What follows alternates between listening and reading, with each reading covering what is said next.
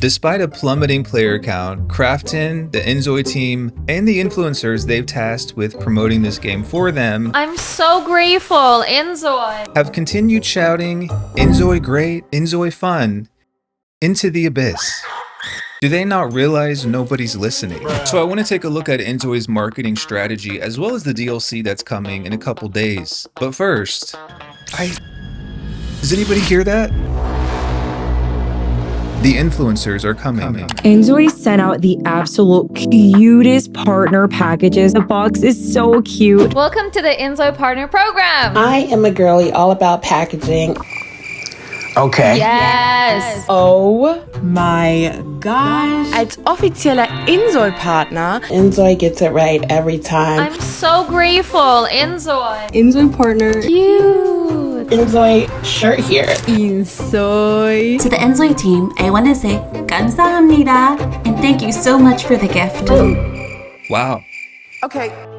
That's a lot. Crafton has been throwing tons of money at content creators to try to build hype for this game. Now, influencer marketing can be very effective. It's also a lot cheaper for Crafton, or any company for that matter, to sponsor a couple influencers and send out a few or 20 PR packages than it is to actually pay for ads on YouTube and across other social media platforms. Right before Inzoi was released, Crafton established a creator program and an Inzoi partner program to get influencers to market the game for them. And the majority of the people they chose to be in this partner program are, you guessed it, Sims players. Clearly, the Inzoi team has done their market research, they studied the Sims community, and they decided to go with this approach because they saw that it was extremely effective for The Sims 4. So it's very clear that they have drawn inspiration from The Sims 4's marketing approach. I myself have made several videos about The Sims 4's influencer marketing, the creator network, etc. And that game has an arsenal of influencers who spent the last 11 years hyping up things like toilet paper swatches. It's just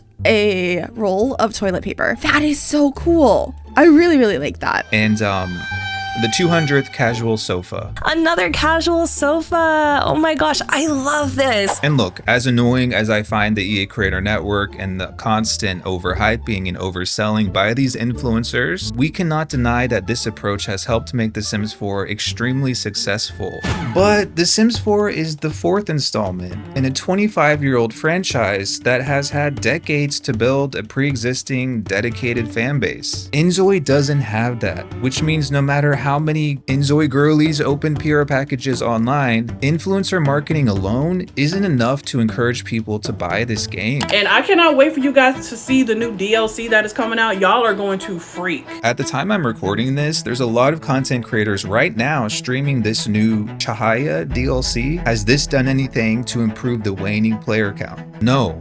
As of right now, the numbers haven't budged at all. It's surprising, I know, but you need more than just a team of giddy influencers to make a game successful. Well, kinda. As a matter of fact, this wasn't always the case for Inzoi. Last year, before the game was even released, Inzoi sent the game out to a bunch of influencers. Thanks to Crafton for sponsoring this content and providing an early copy of Inzoi. They gifted expensive gaming PCs to a handful of content creators. They did send me a gaming PC. They paid some of them cash money. This video is sponsored by Crafton. And yes, they sent out a bunch of PR packages. By the way, has anyone checked in on the Earth?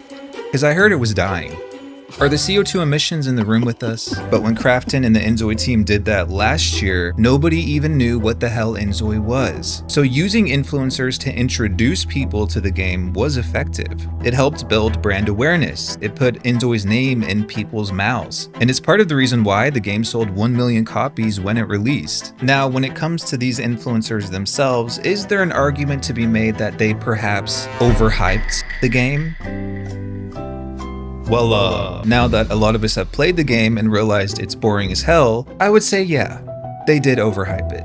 But what I'm saying is the influencer marketing approach isn't effective now, and there's only one reason for that. The gameplay isn't good enough. In fact, the gameplay was so boring at launch that it turned a lot of people away from buying it at all, and a lot of those that did buy it haven't picked up the game since launch. If you watched my last video about Inzoi, you know that Inzoi's early access launch was rushed to say the least. According to a Krafton executive, Inzoi wasn't developed enough and lacked content even for an early access release. So as much as Inzoi's pre-release influencer marketing push was effective from a sales perspective, it flopped in the sense that it brought a lot of people to a game that was literally 20% complete. Look, this is why I hate when video game companies rely heavily on influencers to push sales. In a previous video, I talked about Inzoi, perhaps one of the worst video game releases of the year, but that game handed boatloads of cash to YouTubers with millions of subscribers to try to get people to buy the game. Thank you, Inzoi. They're actually sponsoring this video. And did it work? Well, maybe for a few impressionable viewers, but the majority of people saw through the influencer hype and realized the game sucked. I'm not saying Inzoi is as bad as Inzoi. I'm saying you cannot rely solely on influencers to sell a game that isn't fun to play. It's why I don't take sponsorships or gifts or anything from game companies, even though I could be a hell of a lot richer if I did. I just think it's inherently wrong for a gaming content creator to take money from game companies when people are coming to them for their honest opinions about those games. And the last thing I want to do is promote a game that's bad. It's actually why, even though I bought Inzoi, I never posted any gameplay, because I know as a content creator I can make any game look fun, but I also know that people might watch that video and decide to buy the game and then realize for themselves that it's actually not good. Also, do I want to see influencers opening PR packages when I go on social media?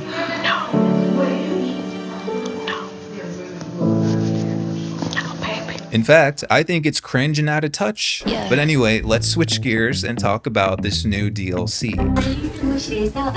Every day. What in the hell? I've seen a few people in comments saying that the Inzoi team is so generous for giving us this free update. Two things I have to say about this. First of all, it is not free. You paid $40 for this game. You gave money to Krafton, an $11 billion company, to playtest their game for them. They owe this to you, babe. And secondly, it is not an update. And I'm not changing on it. They're calling this a DLC for a reason. So ask yourself, why are they calling this a DLC instead of a base game update? I can guarantee you they will be selling this DLC for money when early access is over. Otherwise, they would just be calling it a regular update, not an optional DLC. It's why they specify DLC will be free during early access. Words matter. They don't just say things without any thought. So is this DLC gonna save Inzoi? Obviously, I haven't played it myself. For some reason, they just didn't reach out to me about playing it early.